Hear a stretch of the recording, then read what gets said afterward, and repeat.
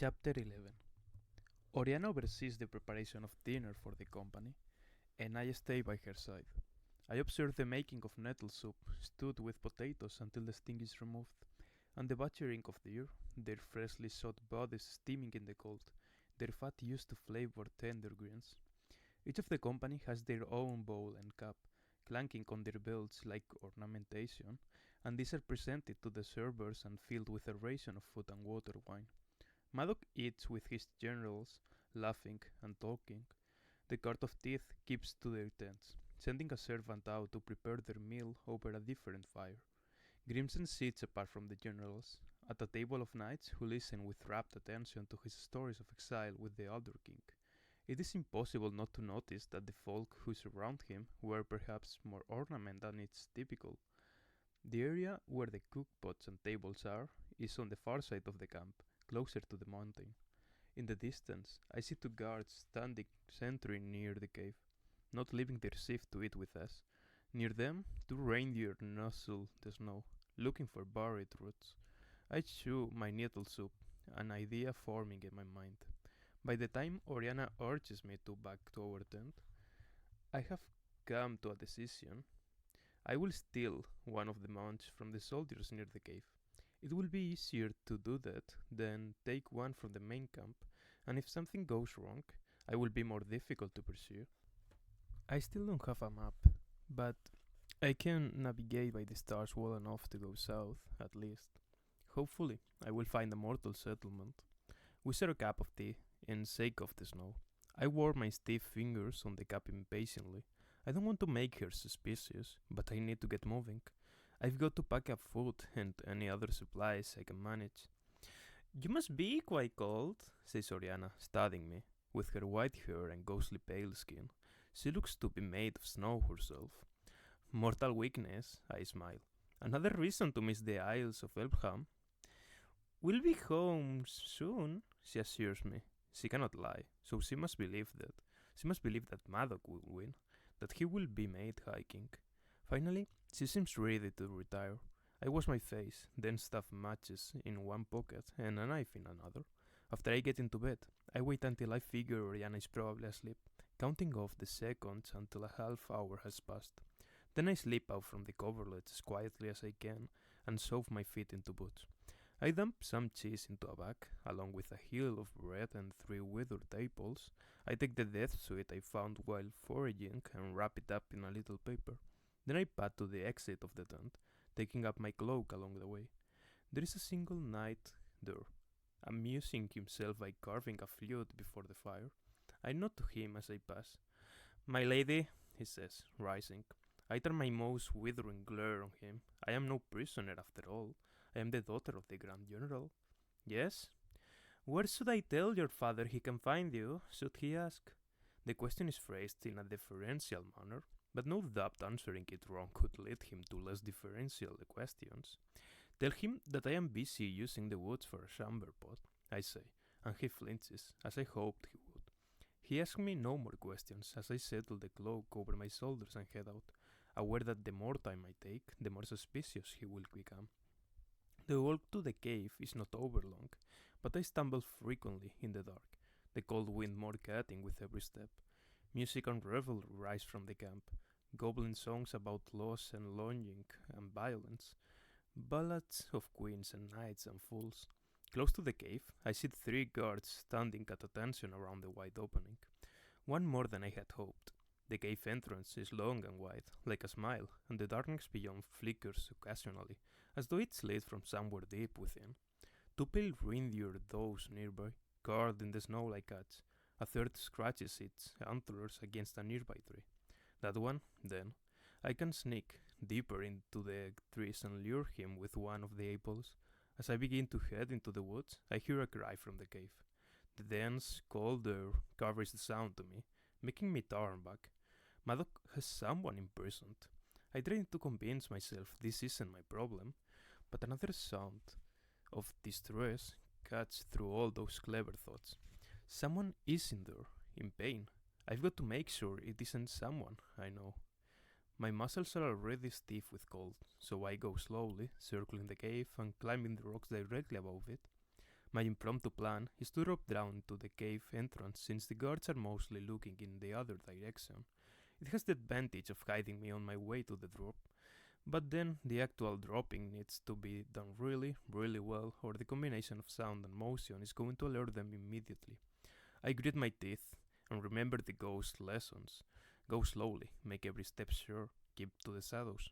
Of course, that comes with the memory of the betrayal that followed, but I tell myself that doesn't make the lessons any less useful. I lower myself slowly from a jagged bit of a boulder. Even in gloves, my fingers feel frozen. Then hanging there, I realize I have made a terrible miscalculation. Even fully extended, my body cannot reach the ground. When I drop, there's no way to avoid making some sound. I am just going to have to be as quiet as I can and move as swiftly as I am able. I take a breath and let myself fall the short distance. At the inevitable crunch of my feet in the snow, one of the guards turns. I slip into the shadows. "What is this?" asks one of the other two guards. The first is staring into the cave. I can't tell if he spotted me or not. I keep myself as still as possible, holding my breath, hoping he didn't see me, hoping that he can't smell me. At least, cold as it is, I am not sweating. My knife is near to hand. I remind myself that I fought Grimamov. If it comes to it, I can fight them too. But after a moment, the guard shakes his head and goes back to listening to goblin songs. I wait and then wait some more, just to be sure. It gives my eyes time to adjust. There is a mineral scent in the air, along with that of burning lamp oil. Shadows dance at the end of a slanted passageway, tempting me on with the promise of light. I make my way along between stalagmites and stalactites, as though I am stepping through the jagged teeth of a giant. I step into a new chamber and I have to blink against the glow of torchlight. "Jude?" says a soft voice, a voice I know, the ghost. Thin, with breezes blooming along his collarbones, he rests on the floor of the cave, his wrists naked and chained to plates in the ground. Torches blaze in a circle surrounding him. He looks up at me with wide hazel eyes. Cold as I am, I suddenly feel colder. The last thing he said to me was, "I serve Prince Dane, not you." That was right before I got dragged off to the Undersea and held there for weeks, terrified, starved, and alone. And yet, despite that, despite his betrayal, despite destroying the Guard of Shadows, he speaks my name with all the wonder of someone who thinks I might be coming to save him. I considered pretending to be Tarin, but he could hardly believe it was my twin who snuck past those guards. After all, he's the one who taught me to move like that. "I wanted to see what Maddox was hiding out here," I say, drawing out my knife. "And if you're thinking of calling the guards, know that the only reason I have for not stabbing you in the throat is the fear that you might die loudly." The ghost gives me a small, wry smile. "I would, very loudly, just to spite you. So, here are the wages for your service," I say with a pointed look around the cave. I hope betrayal was its own reward. "Gloat all you like," his voice smiled. "I deserve it. I know what I did, youth. I was a fool." "Then why did you do it?" It makes me feel uncomfortably vulnerable even to ask, but I trusted the ghost, and I wanted to know how stupid I'd been. Had he hated me the whole time I considered us friends? Had he and Garden laughed together at my trusting nature? "Do you remember when I told you that I killed Oak's mother?" I nod. Lyriop had been poisoned with blossom mushroom to hide that while she was the lover of the High King. She was pregnant with Prince Dane's child. If Oriana hadn't got Oak from Lyriop's womb, the baby would have died too. It's an awful story, and one I wouldn't be likely to forget, even if it didn't concern my brother. "Do you remember how you looked at me when you discovered what I'd done?" he asks. It had been a day or two after the coronation. I had taken Prince Cardan prisoner. I was still in shock. I was trying to piece together Maddox's plot. I'd been horrified to learn that the ghost did such a horrendous thing, but I was horrified a lot then. Still, Blossom Mushroom is a nightmarish way to die, and my brother was almost murdered too. I was surprised. He shakes his head. Even the roach was appalled. He never knew. "And that's why you betrayed us? You thought we were too judgmental?" I asked, incredulous. "No, Just listen one moment more, the ghost sighs. I killed Lyriop because Prince Dane brought me to Fairy, provided for me, and gave me purpose. Because I was loyal, I did it. But afterwards, I was shaken by what I had done. In despair, I went to the boy I thought was Lyriop's only living child. Locke, I say numbly. I wonder if Locke realized, after Cardan's coronation, that Oak must be his half brother. I wonder if he felt anything about it, if he ever mentioned it to Darren. Stricken with guilt, the ghost goes on. I offer him my protection and my name. I begin, but he cuts me off. My true name, says the ghost. Among the folk, true names are closely guarded secrets. A fairy can be controlled by their true name. Surer than by any vow, it's hard to believe the ghost would give so much of himself away. What did he make you do? I ask, cutting to the chase. For many years, nothing, the ghost said. Then, little things, spying on people, ferreting out their secrets.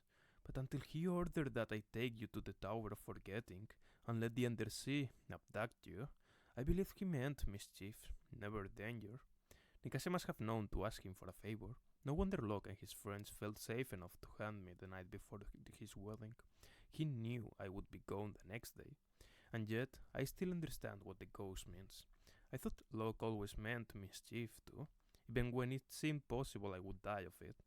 I shake my head. But that doesn't explain how you came to be here. The ghost looks as though he's struggling to keep his voice even, to keep his temper in check. After the tower, I tried to put enough distance between myself and Locke that he wouldn't be able to order me to do anything again. Nights caught me living in Smire. That's when I found out the scope of what Locke had done. He gave my name to your father. It was his dowry for your twin sister's hand and a seat at the table when Balakin came to power. I suck in my breath. Madoc knows your true name? But, right, he gives a hollow laugh. Your stumbling in here is the first good fortune I've had in a long time. And it is a good fortune even if we both know what needs to happen next. I remember how carefully I gave Cardan commands. Once that meant he couldn't avoid or escape me, Madoc has doubtless done that and more, so that the ghost believes only one path is open to him. I'm going to get you out of here, I say, and then the ghost cuts me off. I can show you where to cause me the least pain. I can show you how to make it seem like I did it myself. You said that you'd die loudly, just to spite me, I repeat, pretending he's not serious. I would have, too, he says with a little smile. I needed to tell someone the truth before I died. Now that's done, let me teach you one last lesson. Wait, I say, holding up a hand. I need to stall him, I need to think. He goes on relentlessly. It is no life to be always under someone's control, subject to their will and whim. I know the years you asked for from Prince Dane. I know you were willing to murder to receive it. No glamour touches you. Remember when it was otherwise? Remember what it felt like to be powerless? Of course I do.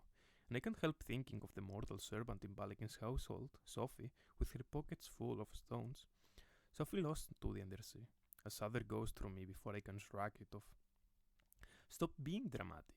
I draw out the bag of food I had with me and sit down in the dirt to cut up wedges of cheese, apples, and bread. We're not out of options yet. You look half-starved and I need you alive. You could enchant a ragwort stalk and get us out of here. And you owe me that much help, at least.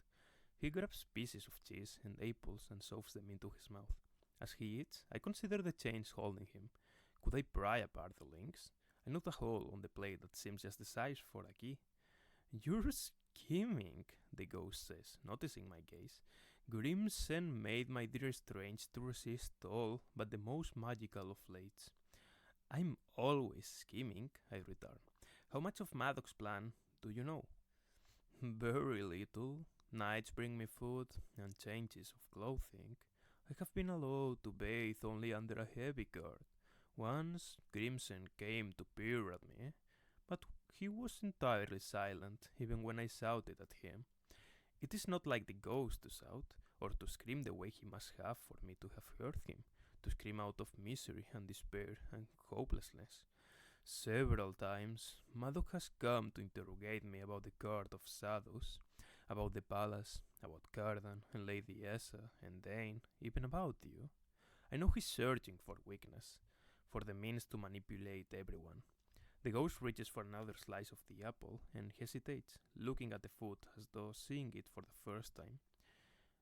Why did you have any of these with you? Why bring a picnic to explore a cave? I was planning on running away, I admit. Tonight, before they discover I am not the sister I am pretending to be. He looks up at me in horror. Then go, Jude. Run.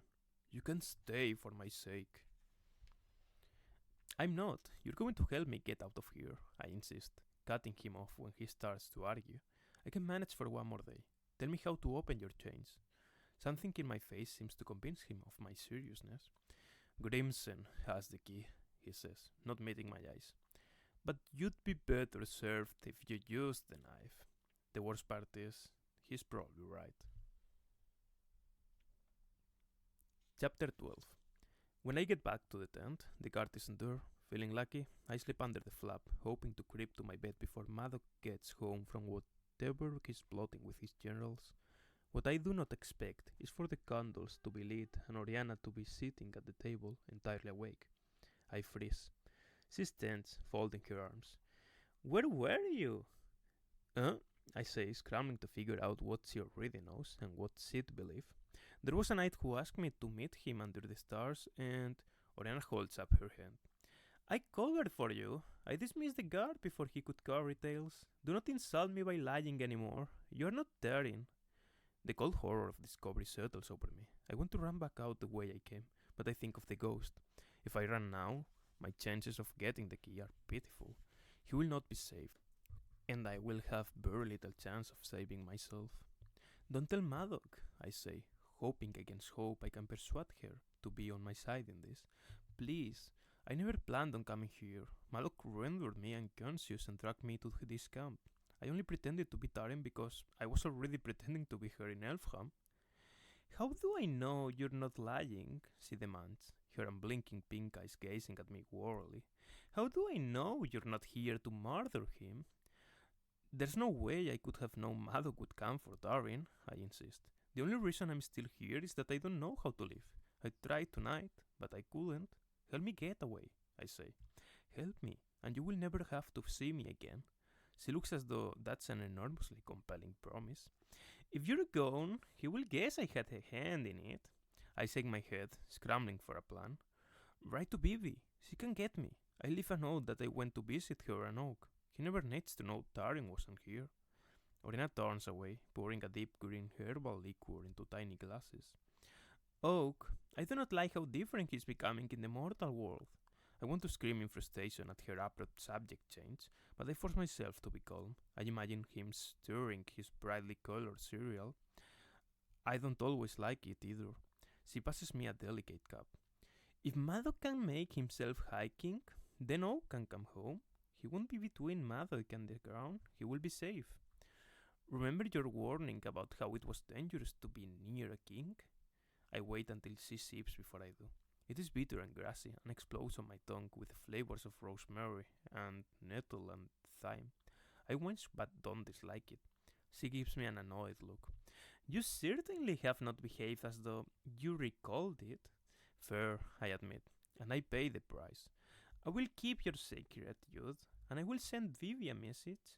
But I won't work against Madoc, and you shouldn't either. I want you to promise. As the Queen of Elfham, I am the one Madoc is against. It would give me such satisfaction for Oriana to know when she thinks so little of me. It's a pretty thought, followed by the realization that if Madoc found out, I would be in a whole different kind of trouble than I have been in before. He would use me. As frightened as I have been, here by his side, I ought to have been even more afraid. I look Oriana in the eyes and lie as sincerely as I have ever done. I promise. Good, she says. Now, why were you sneaking around Elfham, masquerading as Taren? She asked me to, I say, raising my brows and waiting for her to understand. Why would she? Oriana begins, and then stops herself. When she speaks, it seems as though she's talking mostly to herself. For the inquest. I take another sip of the herbal liquor. I worried about your sister, alone in that court, Oriana says, her pale brows drawing together. Her family reputation in tatters and Lady Asa back. No doubt seeing an opportunity to exert influence over the courtiers now that her son was on the throne. Lady Asa, I echo, surprised that Oriana would think of her as a threat to Tarin, specifically. Oriana rises and gathers writing materials. When she sits again, she begins penning a note to Vivi. After a few lines, she looks up. I never supposed she would return. That's what happens when people get tossed out into the Tower of Forgetting. They get forgotten. She was a courtier around the time that you were, right? That's the closest I can say to what I meant. That Oriana was also the High King's lover, and while she never gave him a child, she has reason to know a lot of gossip. Something led her to make the comments she did. Your mother was once a friend to Lady Asa, you know. Eva had a great appreciation for wickedness. I do not say that to hurt you yet. It is a trait worthy of neither scorn nor pride. I knew your mother. That was the first thing Lady Asa ever said to me. Knew so many of her little secrets. I didn't realize you knew my mom, I say. Not well, and it's hardly my place to talk about her, Oriana says. Nor am I asking you to, I return, although I wish that I could. Ink drips from the tip of Oriana's pen before she sets it down and seals up the letter to Vivienne. Lady Asa was beautiful and eager for the High King's favor. Their dalliance was brief, and I am sure Eldred thought bedding her would come to nothing. He rather too obviously regretted that she bore him a child, but that may have had something to do with the prophecy. Prophecy? I prompt. I have a memory of Maddox saying something similar regarding his fortune when he was trying to convince me that we should join forces. She gives a minute shrug of her shoulders. The youngest prince was born under an ill-favored star, but he was still a prince, and when Sasa had him, her place in the court was secure. She was a disruptive force. She craved admiration. She wanted experiences, sensations, triumphs, things that required conflict and enemies. She would not have been kind to someone as friendless as your sister must have been. I wonder if she was unkind to Oriana once. I understand she didn't take very good care of Prince Cardon. I am thinking of the crystal glove in Eldred's rooms and the memory trapped inside. It wasn't as though she didn't dress him in velvets or furs, it's that she left them on until they grew ragged. Nor was it that she didn't feed him the most delectable cuts of meat and cake, but she forgot him for long enough that he had to scavenge for food in between. I don't think she loved him, but then I don't think she loved anyone. He was petted and fed wine and adored, then forgotten. But for all that, if he was bad with her, he was worse without her. They are cut from the same cloth. I shudder, imagining the loneliness of that life, the anger, that desire for love. There is no banquet too abundant for a starving man.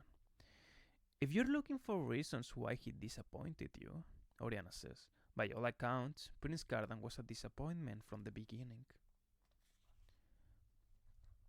That night, Oriana releases a snowy owl with a letter attached to its claws. As it flies up into the cold sky, I am hopeful, and later, lying in bed, I scheme as I have not done since my exile. Tomorrow I will steal the key from Grimsen, and when I leave, I will take the ghost with me. With what I know about Maddox's plans and Alice and the location of his army, I will force a bargain with Cardan to rescind my exile and to end the inquest into Tarin. I'm not going to let myself get distracted by letters I never received or the way he looked at me when we were alone in his rooms or my father's theories about his weaknesses. Unfortunately, from the time I wake, Oriana will not let me leave her side. While she trusts me enough to keep my secret, she doesn't trust me enough to let me walk around the camp, now that she knows who I truly am. She gives me wet laundry to spread before the fire, beans to pick from stones, and blankets to fold. I try not to rush through the task. I try to appear annoyed only because there seems to be a lot of work for me, though there was never so much work when I was starring. I don't want her to know how frustrated I am as the day wears on. My finger itches to steal the key from Grimsen. Finally, as evening sets in, I catch a break. Take this to your father, Oriana tells me, setting down a tray bearing a pot of nettle tea, a wrapped up bundle of biscuits, and a crock of jam to go with them. In the general stand, he asked for you specifically. I grab my cloak, hoping not to seem obviously eager, when the second half of what she said sinks in. A soldier is waiting for me outside the door, amping up my nerves. Oriana said she wouldn't tell Maddox about me, but that doesn't mean she couldn't have given me away somehow, and it doesn't mean that Maddox couldn't have figured it out himself. The general stand is large and cluttered with all the maps I couldn't find in his tent. It's also filled with soldiers sitting on goat-hide camp stools, some armored and some not. When I come in, a few of them glance up, and then their gazes slide away from me as from a servant. I set down the tray and pour a cup, forcing myself not to look too carefully at the map unfurled in front of them. It's impossible not to notice that they're moving little wooden boats across the sea toward Elfham. Pardon, I say, setting the nettle tea in front of Maddox. He gives me an indulgent smile. Darin, he says. Good. I have been thinking you ought to have your own tent. You're a widow. You're not a child. That's very kind, I say, surprised. It is kind, and yet I cannot help wondering if it's like one of those chess moves that looks innocuous at first, but turns out to be the one setting up checkmate. As he sips his tea, he projects the satisfaction of someone who obviously has more important matters to take care of, yet is pleased to have a chance to play the doting father. I promise your loyalty would be rewarded. I cannot help seeing how everything he says and does could be double-edged. Come here, Maddox calls to one of his knights. A goblin in shining golden armor makes an elegant bow. Find my daughter a tent, and supplies to outfit it. Anything she needs. Then to me, this is Alver. Do not be too great a torment to him. It is not custom to thank the folk, but I kiss Maddox on his cheek. You're too good to me, he snorts, a small smile showing a sharp canine. I let my gaze flicker to the map, and the models of boats floating on the paper sea, one more time before I follow Alver out the door. An hour later, I am setting up a spacious tent erected not far from Maddox. Oriana is suspicious when I arrive to move my things, but she allows it to be done. She even brings cheese and bread, placing them on the painted table that was found for me. I don't see why you're going to all this trouble to decorate, she says, when Albert has finally left. You'll be gone tomorrow. Tomorrow? I echo. I received word from your sister. She will be here near dawn to pick you up. You're to meet her just outside the camp. There's an outcrop of rocks where Vivi can safely wait for you. And when you leave a note for your father, I expect it to be convincing. I will do my best, I say. She presses her lips into a fine line. Maybe I should feel grateful to her, but I am too annoyed. If only she hadn't wasted the better part of my day, my evening would go a lot easier. I will have to deal with the ghost guards. There will be no sneaking past them this time. Will you give me some of your paper? I ask, and when she agrees, I take a wine skin as well. Alone in my new tent, I crush the death sweet and add a little bit to the wine so it can infuse for at least an hour before I strain the vegetable bits. That should be strong enough to cause them to sleep for at least a day and night, but not kill them. I am aware, however, that time to prepare is not on my side. My fingers fumble as I go, nerves getting the better of me. Tarin, Maddox sweeps back the flap of my tent, making me jump. He looks around, admiring his own generosity. Then his gaze returns to me, and he frowns. Is all well? You surprise me, I say. Come dine with the company, he says. For a moment, I try to dream up an excuse, to give him some reason for me to stay behind so that I can slip out to Grimson's Forge, but I can't afford his suspicion, not now, when my escape is so close. I resolve to get up in the night, long before dawn, and go then. And so, I did with Maddox one final time.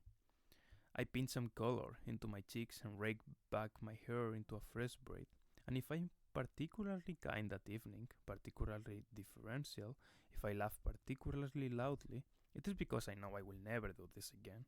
I will never have him behave like this with me again.